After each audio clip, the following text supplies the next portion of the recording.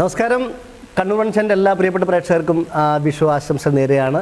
അപ്പോൾ നമുക്ക് അറിയാം, വിഷു എന്ന് പറയുന്നത് നമുക്കറിയാം, അതായത് പടക്കങ്ങളുടെ, അതായത് നമുക്ക് കണിവെക്കൽ, കണി കാണുക, അതുപോലെ തന്നെ വിഷുക്കോടി, പിന്നെ വിഷു കൈനീട്ടം. ഇതും കഴിഞ്ഞിട്ട് ഉള്ള സംഭവമാണ് വിഷുവിൻ്റെ പടക്കം. പടക്കം എന്ന് പറയുന്നതിൻ്റെ സംഭവമാണ്, അത് ഭയങ്കര ശബ്ദമുള്ളതാണ്. പടക്കം എന്ന് പറയുമ്പോൾ തന്നെ നമ്മുടെ കണ്ടെത്തുന്ന നല്ല ശബ്ദം വരും. ഈ ശബ്ദമാണ് വിഷുവിൻ്റെ ഏറ്റവും വലിയ ഒരു പൊലിമ കൂട്ടുന്നത്. അപ്പം ഈ ശബ്ദം, അതായത് ശബ്ദമാണ്, വെടിക്കെട്ടാണ് നമ്മുടെ വിഷുവിന് പൊലിമ കൂട്ടുന്നത്. അപ്പോൾ ഇന്ന് കണ്ണൂർ വൺ ചാനലിൽ ഞാൻ കൊണ്ടുവന്നിരിക്കുന്നത് ശബ്ദത്തിൻ്റെ ഒരു നായകനെയാണ്.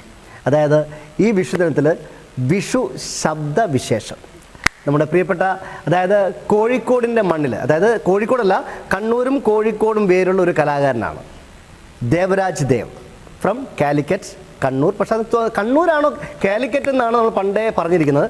നമുക്ക് സ്വാഗതം ചെയ്യാം ദേവരാജ് ദേവ് കാലിക്കറ്റ്. നമസ്കാരം. എന്തറിയോ? നമസ്കാരം ദേവ. എന്ത് സംഭവം എന്നറിയോ?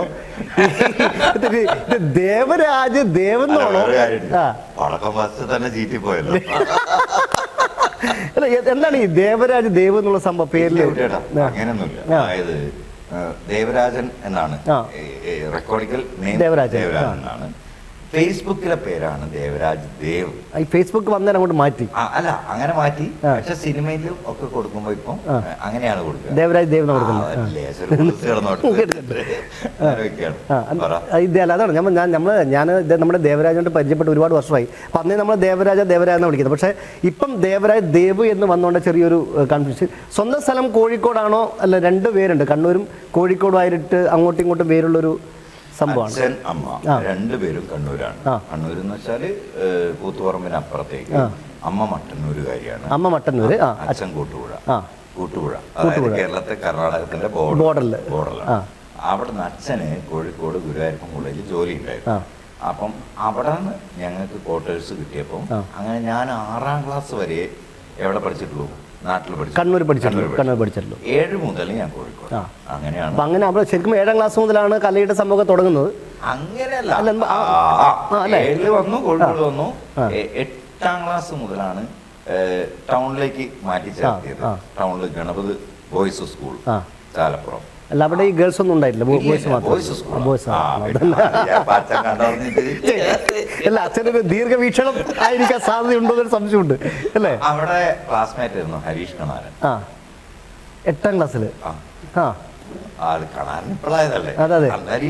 ഹരീഷ്. ഞങ്ങൾ എന്ത് ചെയ്യുന്ന വെച്ചാൽ, ഞങ്ങളിങ്ങനെ ഈ തോന്നിയാസികൾ എപ്പോഴും ഒരുമിച്ച് ഉണ്ടാവും. അപ്പൊ ഞങ്ങൾ അങ്ങനെ കൂടി ഈ അന്ന് വ്യാഴാഴ്ചകള് നവീനായിട്ട് ഓർമ്മ ഉണ്ടോ അറിയില്ല, ഈ അന്നത്തെ ദിവസം, അന്നത്തെ കാലത്ത് സാഹിത്യ സമാജം എന്ന് പറയുന്ന ഒരു പീരീഡ് ഉണ്ട്. അതായത് അവസാനത്തെ പീരീഡ് പാട്ട് പാടാം, കഥ പറയാം, മോണാക്ട് കളിക്കാം, മിമിക്രി കളിക്കാം. ഈ പീരീഡിന് വേണ്ടിട്ട് വെയിറ്റ് ചെയ്യുന്ന 2 ആൾക്കാരായിരുന്നു. ഒന്ന് ഹരീഷ് കണാരനും ദേവരാജ്. ഞങ്ങള് അന്നിങ്ങനെ ഏതെങ്കിലുമൊക്കെ സ്കിറ്റൊക്കെ കണ്ടിട്ട് വെറുതെ ഇങ്ങനെ പറഞ്ഞു പോകും.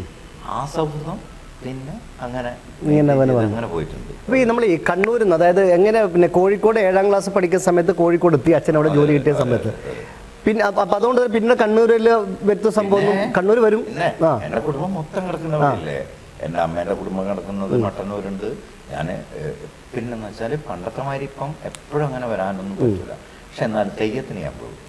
എല്ലാ തെയ്യത്തിനും കൂട്ടുപുഴയിൽ ഏത് കൊല്ലത്തും പരമാവധി തെയ്യത്തിന്റെ സമയത്ത് ഞാൻ ഓടിയിട്ടു. കാരണം അത് എന്റെ ബ്ലഡിൽ അലിഞ്ഞു പോയൊരു സാധനമാണ്. ചെറിയ സംശയമല്ലേ? ഇപ്പൊ നമുക്ക് സാധാരണ ഇപ്പോൾ ഒരു വ്യക്തിക്ക് ഒരു ജോലി കിട്ടിക്കഴിഞ്ഞാൽ ഇങ്ങനെ അവിടെ നിന്ന് അടുത്ത് മാറിക്കഴിഞ്ഞാൽ പിന്നീട് സ്വന്തം നാട്ടിലേക്ക് പോകുന്ന ഒരു പ്രവണതയുണ്ട്.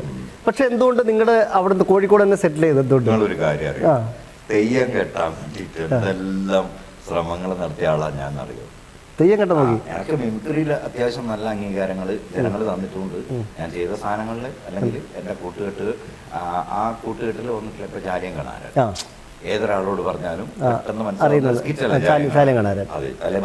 ബാർബർ ഷോപ്പ്, പിന്നെ മറ്റേ എലക്ഷൻ, പിന്നെ മറ്റേ മറക്കാൻ പറ്റ പറയാൻ ഒരിക്കലും പറയാത്ത കാലൻ പറഞ്ഞല്ല, കാലൻ പറഞ്ഞത് അത് ഭയങ്കര സംഭവമായിരുന്നു. ഇതെല്ലാം നമ്മൾ ചെയ്തിട്ടുണ്ട്. എന്റെ ലൈഫിലെ എന്റെ ആഗ്രഹം എന്ന് പറയുന്നത് തെയ്യം കിട്ടുക. സമുദായ പ്രശ്നങ്ങൾ വന്നു. എൻ്റെ അടുത്ത് ഒരാൾ പറഞ്ഞു, ദേവ ഞാൻ ചെയ്യിപ്പിക്കും, ഞങ്ങളെ അവിടെ ചെയ്യിപ്പിക്കാം എന്നൊക്കെ പറഞ്ഞു. പക്ഷെ അതൊന്നും വർക്കൗട്ട് ആയില്ല. പിന്നെ നിങ്ങളിപ്പം ഈ ഇരുന്ന ഇരിപ്പിൽ എന്നോട് ചോദിച്ചു കഴിഞ്ഞാൽ വസൂരിമാല അല്ലെങ്കിൽ കണ്ടകരണം കുട്ടിച്ചാട്ടൻ ഈ 3 തെയ്യങ്ങൾ എന്തൊക്കെയാണ്, അതിന്റെ ആചാരങ്ങൾ, അനുഷ്ഠാനങ്ങൾ, ഇത് മൊത്തം ഞാൻ അങ്ങോട്ട് കൃത്യമായിട്ട് ഞാൻ ചെറുപ്പം മുതലേ കണ്ടു വളർന്ന ഒരു അല്ല. പിന്നെ അതുപോലെ എൻ്റെ അറിവിൽ ദേവാച്ചാൽ ഈ കണ്ണൂർ അല്ലെ കോഴിക്കോട് മേഖലയിൽ മിമിക്രി മേഖലയിൽ തെയ്യം കിട്ടുന്ന ഒരു കലാകാരനേ ഉള്ളൂ, ശിവദാസ് മട്ടൻ. ശിവദാസ് മട്ടൻ കേട്ടിട്ടുണ്ട്. ശിവട്ടൻ മാത്രമല്ല വേറെ ഉണ്ട്. പക്ഷെ ശിവേട്ടൻ എന്ന് പറയുന്നത് നമ്മളെ ഗുരുസ്ഥാനത്ത് ആളല്ലേ. ശിവേട്ടനൊക്കെ നവീനേട്ടൻ അറിയോ? ഞാൻ ശിവേട്ടൻ ആദ്യമായിട്ട് കാണുന്നത് വർഷങ്ങൾക്ക് മുമ്പ് ചാവശ്ശേരി എന്ന് പറയുന്ന സ്ഥലമില്ലേ, അവിടെ എൻ്റെ അച്ഛൻ്റെ അനിയൻ കല്യാണം കഴിച്ചത് ഇളയമ്മ അവിടെയാണ്, ചാവശ്ശേരിക്കാരിയാണ്. അപ്പൊ ഇളയമ്മന്റെ വീട്ടിലേക്ക് ഞാൻ എന്ത് ചെയ്തു, വെക്കേഷൻ ഇങ്ങനെ പോവാ, വെക്കേഷൻ അല്ല ഒരു ഓണം വെക്കേഷൻ. അപ്പം അവിടെ ചെന്നപ്പോ എന്നോട് പറഞ്ഞു, ഉച്ചയ്ക്ക് ശേഷം പറഞ്ഞു നമുക്ക് ഒരു സ്ഥലത്ത് പോകാന്ന്. അപ്പൊ നവഭാവന ക്ലബ്ബ് ചാവശ്ശേരി, നവഭാവന ക്ലബ്ബ് ചാവശ്ശേരി, ആ പരിപാടിക്ക് ഞാൻ ഇങ്ങനെ പോയിരിക്കുന്നു. ഞാനല്ലോ അന്നാണ് ഞാൻ ആദ്യമായിട്ട് ശിവദാസ് മട്ടന്നൂര്, ബാബു വള്ളിത്തോട്, ഈ ടീമുണ്ടല്ലോ, അന്നും ഇന്നും ഞാൻ കണ്ട ഒരു ആർട്ടിസ്റ്റ് ഉണ്ട്, ജ്യോതിഷ് മട്ടൻ. നമ്മുടെ സ്ത്രീ വേഷത്തില് അതായത് ഏറ്റവും നല്ല ഫീമെയിൽ പെർഫോമിംഗ് ആർട്ടിസ്റ്റ് കിട്ടിയ അവാർഡ് കിട്ടിയ വ്യക്തിയാണ്. ഞാൻ അന്നും കണ്ടിട്ടുണ്ട്, അന്നേ കണ്ടിട്ടുണ്ട്. ജ്യോതിഷിന്റെ മറ്റേ സിൽക്ക് സ്മിത, അത് ഏത് കാലത്തും ആലോചിക്കണം. ജ്യോതിഷ് ഇപ്പോഴും ആ വേഷം ചെയ്തിട്ട് ജ്യോതിഷ് ഇപ്പോഴും കേരളത്തിലെ ജനങ്ങളെ മനസ്സിൽ നിൽക്കുന്നുണ്ടല്ലോ, അതെന്നെ വലിയൊരു കാര്യമാണ്. തീർച്ചയായും.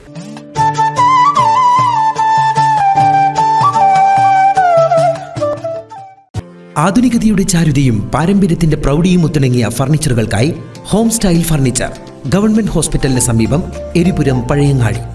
ബെഡ്റൂം സെറ്റുകൾ പൂർണ്ണ വിശ്വാസത്തോടെ നിങ്ങൾക്കായി ചെയ്തു തരുന്നു.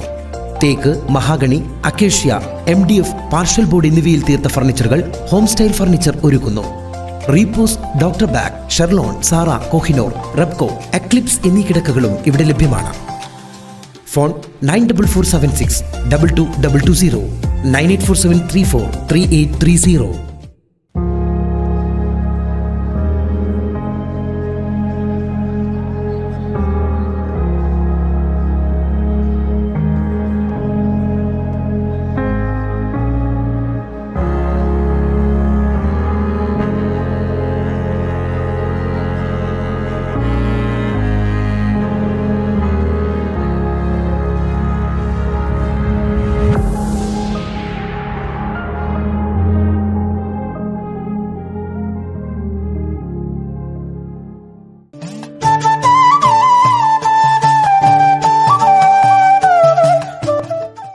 ഈ പിന്നെ ദേവനെ പറ്റി ഞാൻ അന്വേഷിച്ച് പറഞ്ഞതാണ് വെച്ചാൽ മിമിക്രി എന്നല്ല, സിനിമ എന്നല്ലാതെ ഡബ്ബിംഗ് ആർട്ടിസ്റ്റായിട്ട് അറിയപ്പെടാൻ ആഗ്രഹിച്ച ഒരു വ്യക്തിയാണെന്ന് ഞാൻ പറഞ്ഞു. എന്താണ് അതിൻ്റെ സംഭവം? ഒന്നുമില്ല കുട്ടികളാ, അതായത് ഈ ഹരീഷിന് സിനിമയായിരുന്നു മോഹം, നിർമ്മൽ ഇവർക്കൊക്കെ സിനിമയായിരുന്നു മോഹം. അപ്പൊ ഞാൻ എൻ്റെ സൗണ്ടിന് പണ്ടേ അഭിപ്രായമുണ്ട്, തീർച്ചയായും അത്യാവശ്യം കുഴപ്പമില്ലാത്തൊരു എന്താ പറയുക ഡെപ്തുള്ളൊരു വോയിസ് ആണെന്നുള്ളത് പണ്ടേ എല്ലാവരും പറയും. അപ്പം ഷമ്മി തിലകൻ ഒരു റോൾ മോഡലായിരുന്നു ഏത് ഡബ്ബിങ്ങിൽ. അതായത് ഷമ്മിയേട്ടൻ ദേവാസുരത്തിൽ നെപ്പോളിയൻ, അതായത് ഗാനം ഒരുപാടായി, നീ ഒരു മോഹമായി മനസ്സ് കരുതി, ഇത്രയും ഗാനം അമ്മാവനും മരുവനും ഒരേ പാത്രത്തിൽ നിന്ന്, അതൊരു സുഖമില്ലല്ലോ എന്ന് കരുതി മാറിയുന്നതാ ഈ പറയുന്ന സാധനമില്ലേ. ഇത് പഠിക്കാൻ ഞാൻ എത്ര തവണ ആ പടം കണ്ടിട്ടുണ്ട്.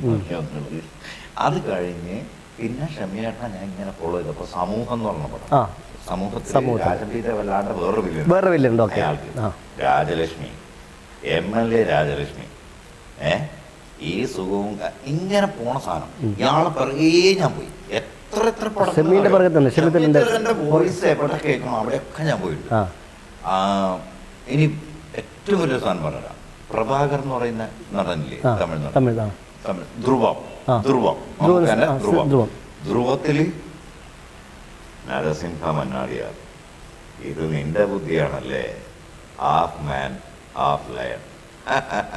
ഈ സാധനമൊക്കെ ഞാൻ അങ്ങനെ പഠിച്ചു വെച്ചാ, കാരണം ഷമ്മിയേട്ടനോട് ഒരു ഒടുക്കാത്ത ഭ്രാന്തായിരുന്നു. കാരണം ശബ്ദം കൊണ്ട് നിങ്ങൾക്കുള്ളൊരു കീപ്പ് ചെയ്തിട്ട് അതേപോലെ ഒരു ആളാവുക എന്നുള്ള ആഗ്രഹമുണ്ട്. പിന്നെയല്ലേ അഭിനയിക്കാൻ വന്നത്. പിന്നീടാണ് പിന്നെ ഈ മിമിക്രിയിൽ, അതായത് ഒരുപാട് ഇപ്പോൾ റിയാലിറ്റി ഷോ നിങ്ങളൊരു നല്ല കോമഡിയൻ ഉണ്ടെന്ന് എങ്ങനെ തിരിച്ചറിഞ്ഞു? ഞാനൊരു നല്ല കൊമേഡിയൻ അല്ല. അല്ല എന്നാലും പക്ഷെ നമുക്ക് അതായത് സപ്പോർട്ടിങ് സംബന്ധിച്ചല്ലേ. ഇതിനകത്തൊരു കാര്യം. അതായത് ഇപ്പൊ ശിവദാസ് ഏട്ടനും നിങ്ങളും കൂടെ സ്കിറ്റ് കളിക്കും, ശിവേട്ടൻ കോമഡി ചെയ്യും, നിങ്ങൾ അതിന് സപ്പോർട്ട് ചെയ്യും. ഇപ്പൊ വിനോദ് കോവലും ഞാനുമാണ് കാലൻ എന്ന് പറയുന്ന സ്കിറ്റിനെ ആദ്യം ഏറ്റവും കൂടുതൽ കളിച്ചിട്ടുള്ളത്. അതെ അതെ. വിനോദേട്ടൻ കോമഡി കളിക്കും, അതെ. വിനോദം പറയുന്നതിന് ജനം ചിരിക്കും. അതിനിപ്പുറത്ത് ഞാൻ നിൽക്കുമ്പോഴാണ് അതിന്റെ പഞ്ചിങ് വരുന്നത്. അപ്പൊ ഞാൻ നിൽക്കുന്ന സാധനം ഞാൻ ഗൗരവത്തിലേ പറയൂ. അതെ അതെ, ഗൗരവത്തിലേ പറയൂ. എനിക്കറിയാം ഞാനൊരു നല്ല കോമഡി ആർട്ടിസ്റ്റ് അല്ല, ഞാൻ കോമേഡിയൻ അല്ല. എന്റെ ബോഡി ലാംഗ്വേജും എന്റെ ശബ്ദവും അതിന് പറ്റുന്ന സാധനമല്ല. പക്ഷെ ഞാൻ ഇപ്പുറത്ത് ഇങ്ങനെ നിൽക്കുമ്പോ അവർ പറയുന്ന സാധനത്തിന് ഞാൻ ഇങ്ങനെ ഇട്ട് കൊടുക്കും, ആ സാധനം വർക്കൗട്ടാവും. ഇപ്പൊ ഹരീഷും ഞാനും കാലം കളിക്കുന്നില്ല, ഹരീഷ് അല്ലെങ്കിൽ കാണാരം കളിക്കുന്ന ഇപ്പുറത്ത് ഞാൻ ഇങ്ങനെ നിന്നിട്ട് ഇങ്ങനെ തള്ളി വിടുക എന്ന് പറയുന്നത് അതിന്റെ ഒരു പവർ കൂടുന്നത്. തള്ളി വിടുന്നതാണ് ഇപ്പോൾ. തീർച്ചയായും. ഇപ്പൊ ഈ പിന്നെ മിമിക്രി തന്നെ, അതായത് പിന്നെ ദേവരായ എടുക്കുന്ന ഒരുപാട് വ്യത്യസ്തമായ ശബ്ദങ്ങളുണ്ട്, ഒരുപാട് ശബ്ദങ്ങൾ. ആ ശബ്ദത്തിൽ നിന്ന് മാറിയിട്ട് സിനിമയിലേക്കുള്ള ഒരു എൻട്രി എങ്ങനെയാണ് ശരിക്കും? ഫസ്റ്റ് സിനിമ, പിന്നെ ആദ്യത്തെ സിനിമ എന്ന് പറഞ്ഞാല് സത്യം പറഞ്ഞാൽ നമ്മൾ എല്ലാം പറയണമല്ലോ, വലിയ എൻട്രി ഒന്നും ആയിരുന്നില്ല. 9ാം വളവിനപ്പുറം എന്ന് പറയുന്ന പടം നമ്മളെ ഡയറക്ടർ VM വിനുവേട്ടൻ്റെ അനിയൻ VM അനിലേട്ടൻ്റെ പടമായിരുന്നു. അപ്പൊ അതിൽ നിർമ്മലുണ്ട്, നമ്മളെ ടീമെല്ലാം കോഴിക്കോട് നമ്മളുടെ ആ മിമിക്രി ടീമിനെ മെയിൻ ആക്കിയിട്ട് വെച്ച ഒരു പടം. ആ പടത്തൊന്ന് ഞാൻ ജസ്റ്റ് എന്ത് ചെയ്തു, 25 ദിവസത്തെ ഷൂട്ട് വന്നു. അപ്പൊ എന്ന് പറഞ്ഞാല് കുടുംബം വിട്ടു പോകാൻ പറ്റില്ല. കുടുംബം വിട്ടു പോകാൻ പറ്റുക വെച്ചാൽ അങ്ങനെയല്ല, നമുക്ക് അതിനനുസരിച്ച് പോകാൻ പറ്റില്ല. അപ്പോൾ ഞാൻ വന്ന കുട്ടികള ഞാൻ എന്നെ ഒന്ന് ഇതാക്കണം, അല്ല ദേവൻ എന്തായാലും അതിനകത്ത് വേണമെന്ന് പറഞ്ഞു.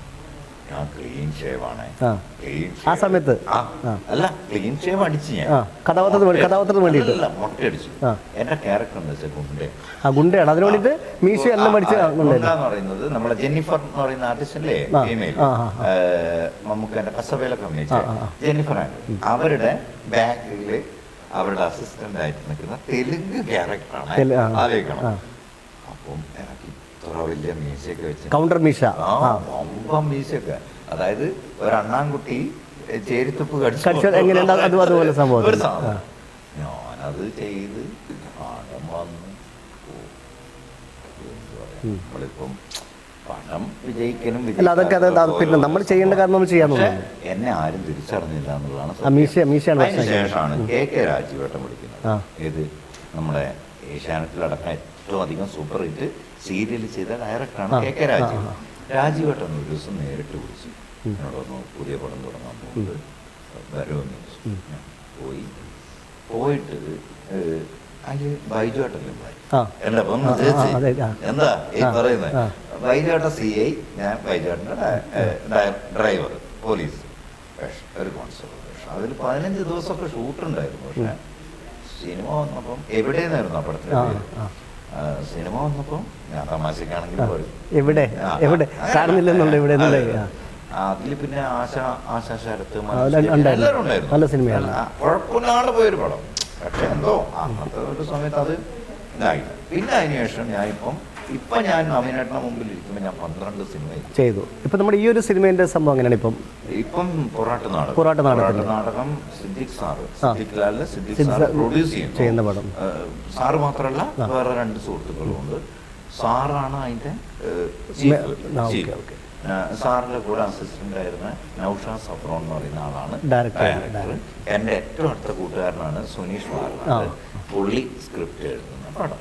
പിന്നെ വേറൊരു കാര്യം കൂടി ഉണ്ട് ഈ പടത്തില്, ഞാൻ അഭിനയിക്കുന്നതിന്റെ അല്ല, നിർമ്മല്, അനിൽ ബേബിയേട്ടൻ, അതായത് അറിയാലോ, ബേബിയേട്ടൻ അറിയാലോ, നമ്മളെ കൂടെ അല്ല, ബേബിയേട്ടൻ, ഞാനും നിർമ്മല്, ശിവദാസ് മട്ടന്നൂര്, ബാബു വള്ളിത്തോട് എന്ന് തുടങ്ങി നമ്മളുടെ വേണ്ടപ്പെട്ട കുറേ ആളുകൾ ഒരുമിച്ചൊരു സിനിമയിൽ ഉണ്ടാവുക എന്ന് പറയുന്നതിൻ്റെ ഒരു സന്തോഷം. ഓക്കെ, എന്തായാലും നമ്മുടെ കാരണം സമയപരിമിതി വളരെ കുറവാണ്. അതുകൊണ്ട് തന്നെ കാരണം നമ്മുടെ വിഷുവിൻ്റെ പടക്കം എന്ന് പറഞ്ഞു, അപ്പം നമ്മുടെ പ്രേക്ഷകരോട് എന്താണ് ഒരു വിഷു സംഭവമായിട്ട് പറയാനുള്ളത്? പറയുക, എനിക്ക് കൂടുതലൊന്നും പറയാനില്ല. ഞാൻ എല്ലാ കാലത്തും ഇങ്ങനെയാണ് വളരെ നാച്ചുറലായിട്ട് പോകാൻ ശ്രമിക്കുന്ന ഒരു മനുഷ്യനാണ്. സ്റ്റേജുകളാണ് എപ്പോഴും കൂടുതൽ നമ്മുടെ പവർ തരുന്നത്. അങ്ങനെ ചെയ്തിട്ടുള്ള കാര്യങ്ങൾ ഇഷ്ടപ്പെട്ടിട്ടുള്ള ആൾക്കാരായിരിക്കും. ഈ ഇൻ്റർവ്യൂ വരുന്ന സമയത്ത് ഇതിൻ്റെ അടിയിൽ ആരെന്ത് കമൻറ്റ് ചെയ്യുന്നത് എനിക്കറിയില്ല. പക്ഷേ എന്നെ സംബന്ധിച്ചിടത്തോളം ഇതൊരു വലിയ കിട്ടലാണ്. കാരണം എന്നെപ്പോലത്തെ ഒരാളെ ഇൻ്റർവ്യൂ ഞങ്ങൾ വരിക എന്ന് പറയുന്നത് വലിയൊരു കാര്യം. അപ്പം എല്ലാവർക്കും സ്നേഹമാണ്. നമ്മൾ ചിരിക്കുന്നത്, കൈ കൊടുക്കുന്നത് അത് ആത്മാർത്ഥമായിട്ടായിരിക്കും. ചിരിക്കുന്നുണ്ടെങ്കിൽ അത് നല്ല രീതിയിലായിരിക്കണം. കൈ കൊടുക്കുന്നുണ്ടെങ്കിൽ ആ കൈ കൊടുക്കുന്നതിൻ്റെ പവറിൽ ഒരു ആത്മാർത്ഥത ഉണ്ടായിരിക്കണം. അങ്ങനെ പോയിട്ടാണ്, അങ്ങനെ തന്നെയാണ് ഞാൻ പോകുന്നത്. ഇതുവരെ എന്നെ ദൈവം എവിടെയും മുട്ടിച്ചിട്ടില്ല. ഇനിയും അങ്ങനെ ആവട്ടെ എന്ന് മാത്രമാണ് എല്ലാ കാലത്തും എല്ലാ ആളുകളെ കൂടെ ഇങ്ങനെ തൊള്ളു കേട്ട് നടത്താൻ വിശ്വാസം എൻ്റെയും എൻ്റെ കുടുംബത്തിൻ്റെയും. Thank you. അപ്പോൾ നമ്മുടെ കണ്ണൂർ ചാനലിൻ്റെ ഒരു വിഷുവിൻ്റെ നമ്മുടെ ഒരു പടക്കം അല്ലെ ശബ്ദ വിശേഷത്തിൽ വരുത്തി നമ്മുടെ ദേവരാജ് ദേവിന് നമ്മുടെ എല്ലാവിധ ആശംസകളും ഫാമിലിക്കും. അപ്പോൾ ഇനി ഒരുപാട് അവസരം കിട്ടട്ടെ, അടിപൊളിയായിട്ട് കൊണ്ടുപോവുക. അപ്പോൾ പ്രിയപ്പെട്ട പ്രേക്ഷകരപ്പം വിഷു അടിച്ചു പൊളിക്കുക എന്ന് മാത്രം പറയുന്നു. വീണ്ടും കാണാം അടുത്ത അധ്യായത്തിൽ.